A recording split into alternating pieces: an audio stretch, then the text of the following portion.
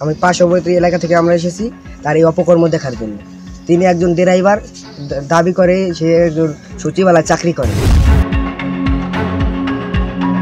সৈয়দ আবেদ আলী জীবন PSC চেয়ারম্যানের সাবেক গাড়ি চালক। তিনি বিসিএস সহ বেশ কয়েকটি পরীক্ষার প্রশ্নপত্র ফাঁসের ঘটনায় সম্প্রতি দেশজুড়ে আলোচনায় আবেদ আলী। জানা যায় তিনি মাদারীপুরের ডাসার উপজেলার পশ্চিম বেতলা গ্রামের বাসিন্দা। ষষ্ঠ শ্রেণী পর্যন্ত পড়ালেখা করা আবেদ আলীর বাবা মারা যাবার পর ঢাকায় এসে কুলির কাজ করেন।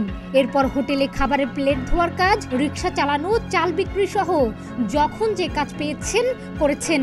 বহু রাত রেল স্টেশন সহ ফুটপাতেও ঘুমিয়েছেন। এরপর গাড়ি চালানো শিখে পিএসসি চেয়ারম্যানের চালক হিসেবে যোগ দেন। এতেই ভাগ্য খুলে যায় আবেদ আলীর। বর্তমানে তিনি বিপুল সম্পত্তির মালিক। ডাসার উপজেলা পরিষদ নির্বাচনে চেয়ারম্যান পদে প্রার্থী হওয়ার স্বপ্নও দেখছেন। নিজ গ্রামে গড়ে তুলেছেন 3 তলা বিশিষ্ট আলিশান বাড়ি, বাড়ির পাশে একটি পাকা মসজিদ ও বাগান, কিনেছেন বহু ফসলি জমি, আছে কোটি টাকা মূল্যের গাড়িও। কর্মী সমর্থকদের জন্য খরচ করার পাশাপাশি অসহায়দের দান করেছেন লাখ লাখ টাকা। পিএসসির গুরুত্বপূর্ণ একটি জায়গার প্রশ্নপত্র ফাঁস চক্রের মূল হোতা হিসাবে কাজ করেছেন। ইতিমধ্যে তিনি সিআইডির জালে গ্রেপ্তার হয়েছেন। আমরা চাই তিনি এই ডাসারের যে সুনাম ক্ষুণ্ণ করেছেন এবং একটি জাতি ধ্বংসের যে চক্রের সাথে জড়িত ছিল, আমরা এর সর্বোচ্চ শাস্তি দাবি করছি। হঠাৎ আঙ্গুল ফুলে কলা গাছ, এত টাকার যোগান কোথা থেকে এলো, এ নিয়ে জনমনে নানা প্রশ্ন।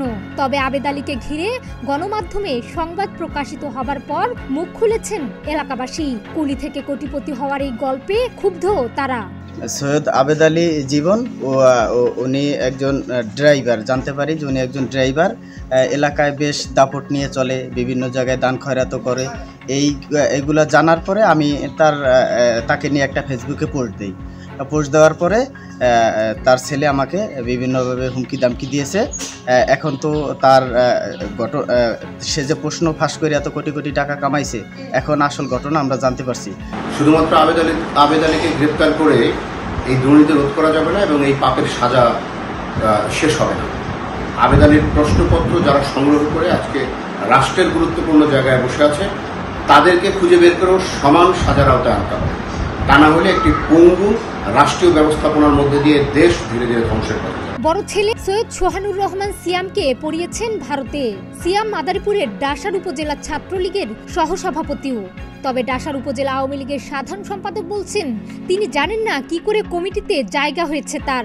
সিয়াম হচ্ছে ছাত্রলীগের সহসভাপতি হয়েছে। আসলে সিয়ামকে আমরা আগে কখনোই চিনতাম না। সিয়াম ছাত্রলীগের কোথা থেকে আসা সহসভাপতি হয়েছে সেটাও আমার জানা নেই। সিয়াম শুনছি ভারত শাখা ছাত্রলীগের ছিল, সেটাও শুনছি, কিন্তু আমি কখনোই এই সিয়ামকে কখনো আমাদের সংগঠনের কোনো প্রোগ্রামে, মিছিল, মিটিংয়ে কোনো দিন আমি পাইনি। আমি ছাত্রলীগের ডাসার উপজেলা ছাত্রলীগের সেক্রেটারি হিসেবে আমি বলতে চাই যে ওরে আমি কখনোই আমার একটা মিটিংয়ে আমি কখনো ওকে পাই নাই। আর ও যেভাবে এসে চলাফেরা করছে, যে যাই হোক যে কোনো মাধ্যমেই হয়েছে, জেলা ছাত্রলীগের মাধ্যমে হয়তোবা সহসভাপতি হয়েছে, আমাদের পূর্ণাঙ্গ কমিটি হয়েছে। আমাদের কমিটিতে প্রায় 101 সদস্য বিশিষ্ট কমিটি। গত 12 বছরে বিসিএস পরীক্ষা সহ 30টি নিয়োগ পরীক্ষার প্রশ্ন ফাঁসের অভিযোগে পিএসসির ঊর্ধ্বতন 3 কর্মকর্তা সহ 17 জনকে গ্রেপ্তার করেছে পুলিশের অপরাধ তদন্ত বিভাগ সিআইডি। এদের মধ্যে পিএসসি চেয়ারম্যানের সাবেক গাড়ি চালক সৈয়দ আবেদ আলী ও তার ছেলে সৈয়দ সোহানুর রহমান সিয়ামও রয়েছেন। ডেস্ক রিপোর্ট, প্রতিদিনের বাংলাদেশ।